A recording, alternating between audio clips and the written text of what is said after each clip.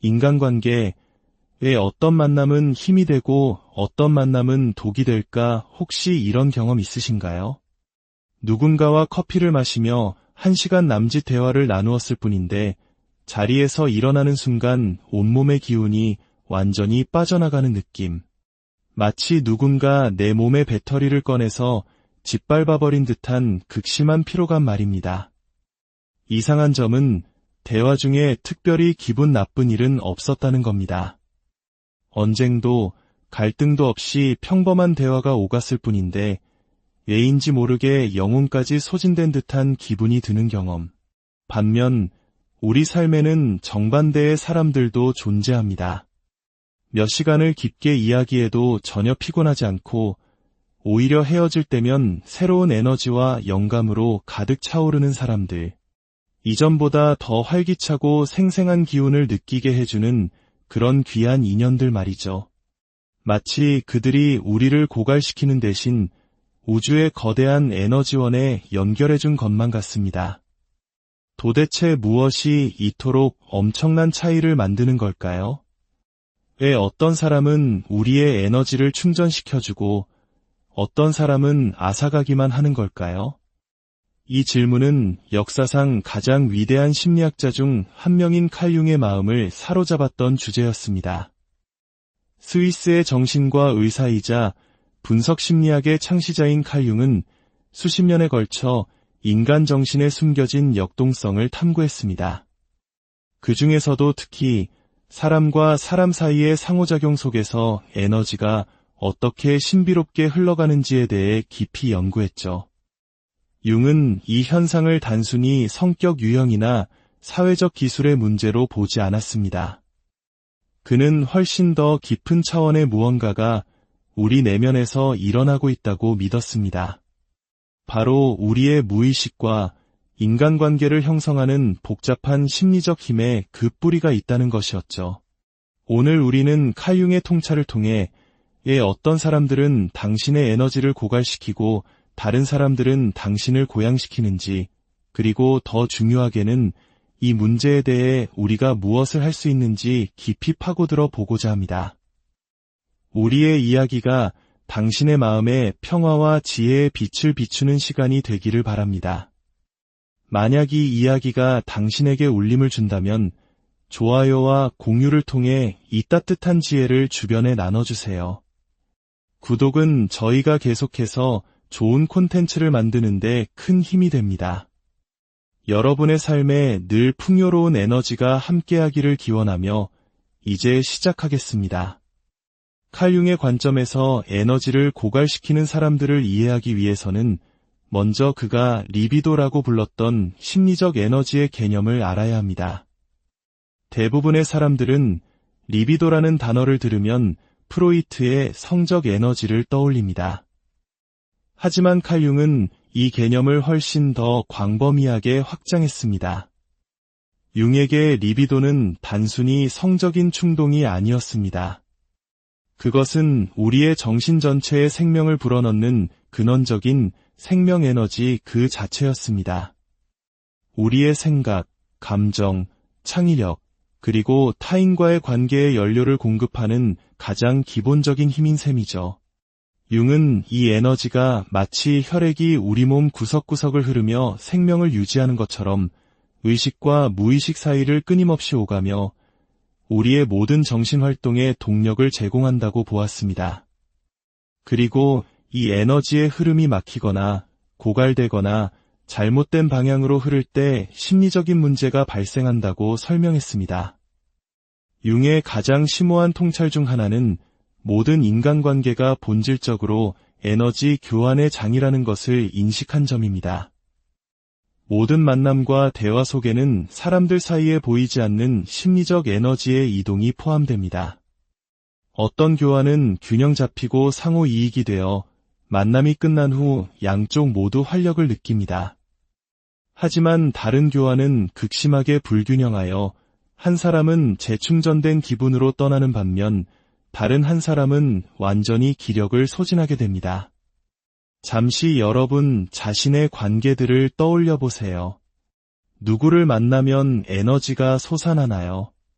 그리고 누구를 만나고 나면 항상 기운이 빠지나요? 칼 융에 따르면 이러한 느낌은 단순히 주관적인 감상이 아닙니다. 그것은 여러분의 상호작용 표면 아래에서 실제로 일어나고 있는 심리적 과정의 결과물인 것입니다. 그렇다면 이 에너지를 고갈시키는 만남 동안에는 정확히 무슨 일이 벌어지고 있는 걸까요? 어떤 사람들은 마치 우리의 생명력을 통째로 빨아들이는 것처럼 느껴지는 걸까요? 칼 융은 특정 상호작용이 우리의 에너지를 그토록 심하게 소모시키는 이유를 설명하는 몇 가지 핵심적인 심리적 메커니즘을 발견했습니다. 첫 번째 메커니즘은 투사입니다. 융은 우리 모두가 스스로 인정하기를 거부하는 자신의 일면들을 가지고 있다고 믿었습니다. 우리 성격 중에서 불편하거나 수치스럽거나 위협적으로 느껴지는 부분들이죠. 우리는 이러한 요소들을 직면하는 대신 무의식적으로 그것들을 다른 사람에게 던져버립니다. 즉, 투사하는 것입니다. 에너지를 고갈시키는 사람들은 종종 엄청난 양의 투사를 사용합니다. 그들은 자신의 부정적인 감정, 불안감, 혹은 문제들을 자신의 것으로 받아들이기를 거부합니다. 대신 무의식적으로 주변 사람들에게 그 짐을 떠넘기는 것이죠. 당신이 그런 사람과 상호작용할 때 당신은 단순히 그 사람 한 명을 상대하는 것이 아닙니다. 당신은 그 사람이 인정하지 않은 채 짊어지고 있는 모든 심리적 짐까지 함께 상대하고 있는 것입니다. 그러니 지치는 것이 당연합니다. 예를 들어 자신의 능력에 대해 깊은 불안감을 느끼지만 이를 결코 인정하지 않는 동료를 상상해 보세요. 그는 자신의 불안감을 마주하는 대신 끊임없이 당신의 업무를 비판하고 당신의 결정을 의심하며 당신의 자신감을 깎아내릴 수 있습니다. 여기서 실제로 무슨 일이 일어나고 있는 걸까요? 그는 자신의 두려움을 당신에게 투사하고 자신이 짊어지기 거부하는 감정적 무게를 당신이 대신 짊어지게 만들고 있는 것입니다. 두 번째 메커니즘은 감정 전염입니다. 감정은 마치 바이러스처럼 사람들 사이에서 퍼져나갑니다. 누군가가 불안, 분노, 두려움과 같은 부정적인 감정으로 가득 차 있을 때 이 감정들은 외부로 방출되어 주변의 심리적 공간을 감염시킵니다. 이것은 단순히 시적인 표현이 아닙니다. 현대 신경심리학 연구에 따르면 우리 뇌의 거울 뉴런은 우리가 무의식적으로 주변 사람들의 감정 상태를 모방하고 내면화하게 만듭니다. 당신이 부정적인 감정에 지배된 사람과 시간을 보낼 때 당신의 뇌는 말 그대로 그들의 신경학적 패턴을 비추기 시작합니다. 당신의 신경계는 마치 당신 자신이 그 부정적인 감정을 직접 경험하고 있는 것처럼 작동하기 시작하는 것이죠. 하지만 아마도 에너지 고갈에 대한 융의 가장 강력한 설명은 그의 그림자 개념과 관련이 있을 것입니다. 그림자는 우리가 억압하고 부정하는 자신의 측면, 즉 우리 인격 중에서 스스로 인정하기를 거부하는 어두운 부분들을 가리키는 융의 용어입니다. 여기에는 우리가 의식적으로 생각하는 자기 이미지와 맞지 않는 모든 특성들이 포함됩니다. 만약 당신이 스스로를 친절한 사람이라고 생각한다면 당신의 그림자 안에는 잔인해질 수 있는 가능성이 담겨 있습니다. 만약 당신이 자신을 이성적인 사람이라고 여긴다면 당신의 그림자는 당신의 비이성적인 충동들을 품고 있습니다. 어떤 사람이 자신의 그림자를 통합하지 못했을 때, 즉 자신의 내면에 있는 이러한 부정된 부분들을 인정하고 받아들이기를 거부할 때 그들은 무의식적으로 그것들을 외부로 표출하며 다른 사람들의 에너지를 고갈시킵니다. 예를 들어 자신의 분노를 부정하는 사람은 그것을 직접적으로 표현하지 않을 수 있습니다. 대신 그들은 수동 공격적인 행동을 하거나 드라마를 만들거나 미묘하게 다른 사람을 깎아내리는 방식으로 분노를 표출합니다. 이런 사람 곁에 있는 것은 극도로 피곤한 일이 됩니다. 왜냐하면 당신은 끊임없이 그들의 의식적인 소통뿐만 아니라 상호작용 속으로 새어나오는 무의식적인 그림자의 내용물에도 반응해야 하기 때문입니다. 융은 이렇게 말했습니다. 당신이 무의식을 의식화하지 않는 한 무의식은 당신의 삶을 지배할 것이고 당신은 그것을 운명이라고 부를 것이다. 이 말은 관계에도 똑같이 적용됩니다. 사람들이 자신의 무의식적인 패턴을 의식하지 못하는 한 그 패턴들은 그들의 상호작용을 지배하고 주변 모든 사람의 에너지를 고갈시킬 것입니다. 이러한 융의 통찰을 바탕으로 우리는 에너지를 고갈시키는 사람들의 몇 가지 전형적인 패턴, 즉 원형을 식별할 수 있습니다.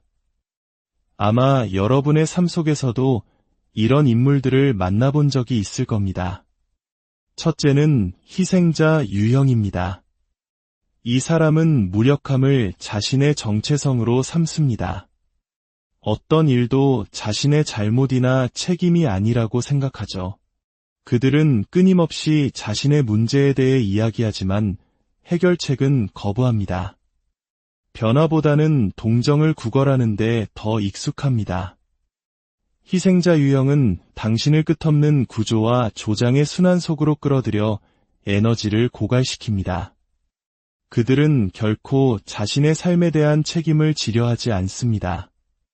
융의 관점에서 보자면 희생자는 자신의 내면의 힘과 변화의 가능성을 거부하고 그 거부된 힘을 다른 사람에게 투사한 뒤 자신이 부정하는 것을 상대가 가지고 있다는 이유로 그들을 원망하는 것입니다.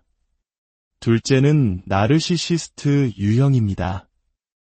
아마도 가장 악명 높은 에너지 뱀파이어일 것입니다. 나르시시스트는 끊임없는 관심, 인정, 그리고 감정 노동을 요구합니다. 대화는 항상 자기 자신을 중심으로 돌아가야 합니다. 그들은 칭찬을 갈망하지만 진정한 보답은 거의 하지 않습니다. 처음에는 매력적으로 보일 수 있지만 그들과의 관계는 점점 더 일방적인 에너지 착취 관계로 변해갑니다. 융의 용어로 설명하자면 나르시시스트는 자신의 내면 세계와 진정한 관계를 맺는데 실패한 사람입니다. 대신 그들은 다른 사람들을 거울로 사용하여 자신의 과장된 자아상을 비추게 하고 예부적인 인정을 얻으려는 필사적인 탐구 과정에서 주변 모든 사람을 지치게 만듭니다. 셋째는 순교자 유형입니다. 이들은 다른 사람들을 위해 끊임없이 희생하지만 그 희생을 죄책감과 의무감을 사기 위한 화폐처럼 사용합니다. 내가 널 위해 얼마나 희생했는데 라는 말이 그들의 무언의 후렴구입니다. 순교자는 결코 갚을 수 없는 불가능한 빚을 만들어 당신의 에너지를 고갈시킵니다. 겉으로 보이는 관대함을 미묘한 감정적 조종의 도구로 바꾸는 것이죠. 융의 관점에서 순교자는 자신의 필요와 욕구를 거부하고 그것을 다른 사람에게 투사한 다음 상대방이 필요를 가지고 있다는 사실 자체에 분개하는 사람입니다. 넷째는 조종자 유형입니다. 이들은 죄책감, 두려움, 의무감과 같은 미묘한 전술을 사용하여 다른 사람의 감정을 통제합니다. 그들은 당신이 그들의 감정에 대해 책임감을 느끼게 만드는데 아주 능숙합니다. 조종자와의 상호작용은 당신을 혼란스럽고 의심에 차고 기진맥진하게 만듭니다. 왜냐하면 당신은 진정한 교류 대신 숨겨진 의도를 끊임없이 파악해야 하기 때문입니다. 마지막으로 현대대중 심리학에서 에너지 뱀파이어라고 부르는 일반적인 유형이 있습니다. 이들은 무의식적으로 주변 사람들의 활력을 빨아들이는 것처럼 보입니다. 그들은 대화를 독점하거나 사소한 문제를 극적으로 만들거나 이기를 조장하거나 혹은 단순히 불안하고 분산된 에너지로 공간을 가득 채워 모든 사람을 산만하고 지치게 만듭니다. 이 모든 유형의 공통점은 근본적으로 불균형한 에너지 교환에 있습니다. 그들은 자신이 무엇을 하고 있는지 의식하지 못한 채 주는 것보다 훨씬 더 많은 것을 빼앗아갑니다. 자, 이제 어려운 질문을 하나 던져보겠습니다. 칼 융이라면 분명히 물었을 질문입니다. 왜 이런 에너지를 고갈시키는 사람들이 당신의 삶에 계속해서 나타나는 걸까요? 융은 우리의 외부 관계가 우리 내부의 심리 상태를 반영한다고 믿었습니다. 만약 특정 패턴이 당신의 관계에서 계속 반복된다면 그것은 무작위적인 불운이 아닙니다. 당신의 정신 안에 있는 무언가가 이러한 역학을 끌어당기거나 허용하고 있는 것입니다. 첫째, 해결되지 않은 감정적 상처는 종종 그 상처를 다시 활성화시킬 사람들을 끌어들입니다. 만약 당신이 정서적으로 교감할 수 없는 부모 밑에서 자랐다면 당신은 무의식적으로 정서적으로 교감할 수 없는 파트너를 찾을 수 있습니다. 우리의 정신은 상처를 치유하려는 무의식적인 시도로서 그 트라우마를 재현하려는 이상한 경향이 있습니다. 융이 말했듯이 타인에게서 우리를 짜증나게 하는 모든 것은 우리 자신을 이해하도록 이끌 수 있다. 당신을 가장 효과적으로 고갈시키는 사람들은 아마도 당신의 가장 깊고 해결되지 않은 상처를 건드리고 있을 것입니다. 둘째, 다른 사람의 기분을 맞추려는 성향과 약한 경계선은 에너지 뱀파이어가 번성하기에 완벽한 환경을 만듭니다. 만약 당신이 아니오라고 말하거나 한계를 설정하거나 자신의 필요를 우선시하는 데 어려움을 겪는다면 당신은 본질적으로 나를 소진시켜도 좋습니다. 나는 당신을 막지 않을 겁니다. 라는 간판을 내걸고 있는 것과 같습니다. 특히 집단의 조화와 우리라는 개념을 중시하는 문화 속에서는 개인의 경계를 세우는 것이 더욱 어려울 수 있습니다. 하지만 융이 강조했듯 온전한 자기 자신으로 성장하는 개성화 과정에는 명확한 자아와 경계가 필수적입니다. 셋째, 자기인식의 부족은 당신을 소모적인 관계에 취약하게 만듭니다. 만약 당신이 자신의 패턴과 감정적 약점을 인식하지 못한다면 그것들을 자극하는 사람들로부터 자신을 보호할 수 없습니다. 당신은 왜 그렇게 기운이 없는지 의아해하며 계속해서 같은 역학에 빠져들게 될 것입니다. 마지막으로, 그리고 아마도 가장 심오하게 융은 당신 자신의 그림자를 지적할 것입니다. 때때로 우리를 가장 지치게 하는 타인의 모습은 우리가 우리 자신 안에서 거부해온 무언가의 반영일 수 있습니다. 우리가 다른 사람에게서 가장 싫어하는 특성은 종종 우리가 우리 자신의 인격에서 인정하기를 거부하는 바로 그 특성들입니다. 예를 들어, 만약 당신이 누군가의 지나친 의존성에 지쳤다면 당신이 자신의 필요와 취약성을 어떻게 다루고 있는지 돌아볼 필요가 있습니다. 누군가의 분노가 당신의 기운을 뺀다면 건강한 분노와 자기 주장을 표현하는 당신 자신의 능력과의 관계를 점검해봐야 합니다. 융은 이렇게 썼습니다. 두 인격의 만남은 두 화학물질의 접촉과 같다. 만약 어떤 반응이 있다면 둘 다 변형된다. 에너지를 고갈시키는 관계는 고통스럽지만 동시에 우리 자신이 외면해온 부분을 인식하고 성장할 수 있는 변혁적인 기회를 제공하기도 합니다. 그렇다면 이제 가장 실용적인 질문입니다. 어떻게 하면 에너지를 고갈시키는 사람들과 관계로부터 자신을 보호할 수 있을까요? 융의 심리학은 몇 가지 강력한 전략을 제공합니다. 첫째, 더 큰 자기인식을 개발하세요. 만남 후에 당신의 에너지 수준에 주의를 기울이세요. 어떤 사람들이 지속적으로 당신을 지치게 하나요? 어떤 특정 행동이 이런 고갈을 유발하나요? 일지를 쓰거나 명상을 통해 자신의 감정적 반응을 추적해보세요. 둘째, 명확한 경계를 설정하세요. 심리적 발달에는 건강한 자아와 명확한 경계 설정이 필수적입니다. 죄책감 없이 아니오라고 말하는 법을 배우는 것은 매우 중요합니다. 지금은 제가 그 일을 맡기 어렵습니다. 혹은 그것은 저에게는 맞지 않는 것 같습니다. 와 같은 표현은 당신의 에너지를 부적절한 요구로부터 보호할 수 있습니다. 셋째, 적극적으로 당신의 에너지를 관리하세요. 명상, 자연 속에서 시간 보내기, 창의적인 활동, 신체 활동 등 당신만의 에너지 회복 루틴을 만드세요. 또한 당신을 고갈시키는 사람들 대신 활력을 주는 사람들과 의도적으로 시간을 보내세요. 넷째, 그리고 가장 중요한 것은 당신의 그림자 작업을 하는 것입니다. 융이 강조했듯이 우리가 인정하기를 거부하는 우리 자신의 부분들은 사라지지 않습니다.